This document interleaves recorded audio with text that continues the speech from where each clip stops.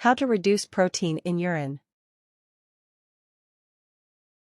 Protein in the urine is never a normal thing when the levels are above 150 milligrams per day, which is when your doctor will tell you that you have abnormal levels of protein in your urine. There are times when you have elevated protein only transiently, and it may resolve on its own. However, if the problem is ongoing or particularly severe, you will need to seek medical help. Protein in the urine is often a sign of underlying kidney disease or of other medical problems if it continues for more than a few days. Part 1: Trying lifestyle and medical treatments. 1. Take steps to reduce your blood pressure.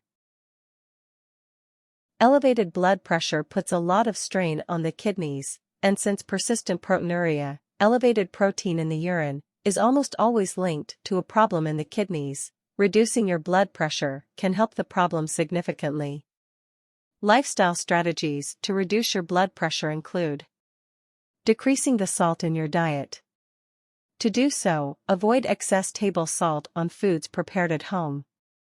Perhaps more importantly, avoid eating out too frequently or consuming too many processed foods, as these are known to be high in salt, significantly more so, on average, than foods prepared at home. Cutting back on cholesterol. Cholesterol build-up contributes to plaques forming in your arteries, which in turn leads to an increased blood pressure. Ask your doctor for blood tests to measure your fat and cholesterol levels to see if this is an area of your diet that could use improvement. 2. Opt for a blood pressure medication. Essentially, everyone who is diagnosed with a level of kidney disease or kidney dysfunction, which are the primary reasons for persistently elevated protein in the urine, receives a blood pressure medication from their doctor.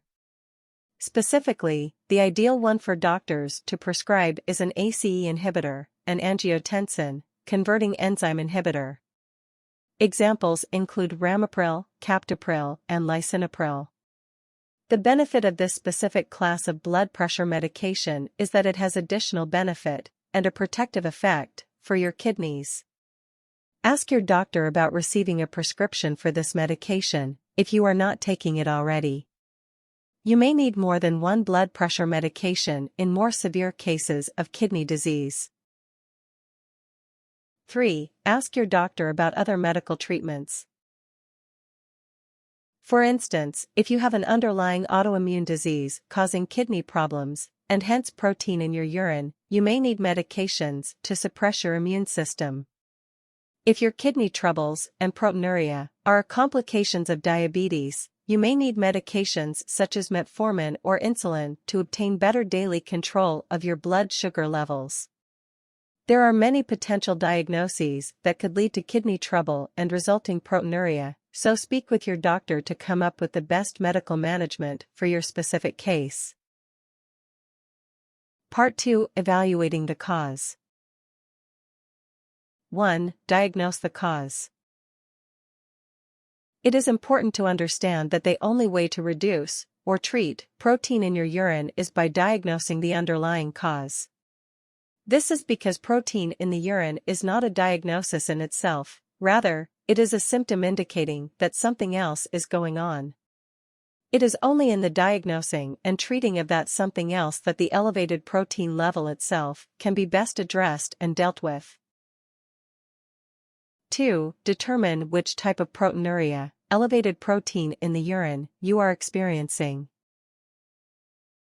There are 3 types of proteinuria, and the good news is that 2 out of the 3 require no treatment and usually resolve all on their own, with time.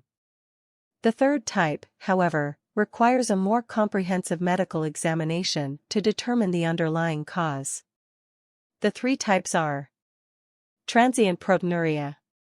This is when a urine test reveals elevated protein on one reading, but the level diminishes on its own and ultimately returns to normal with subsequent readings. Transient proteinuria is normally related to acute stresses such as an illness causing a fever, or more exercise than usual, such as training for a marathon. Once the stress passes, or your body adapts to it, your protein levels should also return to normal. Orthostatic proteinuria. This is when the abnormal protein levels are related to postural changes, standing versus sitting versus lying down. It is uncommon, and more likely to be present in adolescence. If present, it does not require treatment, and it almost always resolves itself by adulthood. Persistent proteinuria. This is when the protein levels in your urine remain elevated with repeat testing. It is indicative of an underlying problem such as kidney disease, diabetes, autoimmune disease, or another medical condition. It will require a series of tests for diagnostic purposes, as well as medical treatment. 3. Evaluate any transient stresses you may be experiencing. As previously mentioned, if you are currently ill with a fever, exercising more than usual, or suffering from other acute stressors in your life, the protein levels in your urine may be elevated transiently as a result of this stress. The key here is to see your doctor again a few days later for a repeat urine test and a repeat measurement, at which point he or she can confirm that your protein levels have diminished or hopefully returned to normal. If you are experiencing transient proteinuria, the great news is that there is nothing you need to do to treat it, and your levels will return to normal on their own within a few days to a couple weeks. Note that if you are experiencing an acute stressor, such as fever, exercise, or something else, you should still see your doctor for repeat urine tests to confirm that nothing more serious is going on. 4. Request repeat urine tests.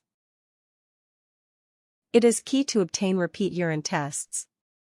This is because it is important to obtain a series of measurements of the protein in your urine, to see how it is progressing and whether or not it is improving on its own.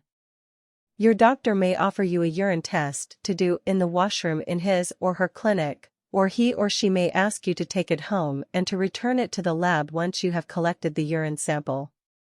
Note that if you store your urine at home, it needs to be kept cool in the refrigerator until you are able to deliver it to the lab for formal analysis. 5. Get blood tests. Additional diagnostic testing that your doctor may perform includes blood tests, particularly if he or she suspects that you may have underlying kidney disease or other health problems. If your doctor orders blood tests, he or she will likely be measuring the BUN, blood urea nitrogen, and the creatinine.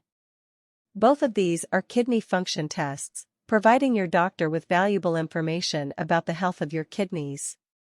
Your doctor may also order other blood tests such as HbA1c, a diabetes test, or autoimmune antibodies if he or she suspects an underlying autoimmune disease.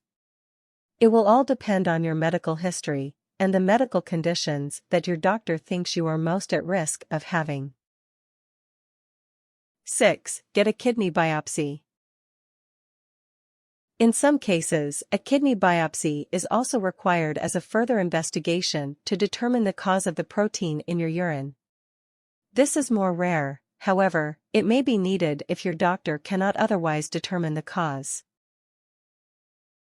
7. Be aware that protein in the urine during pregnancy is another matter.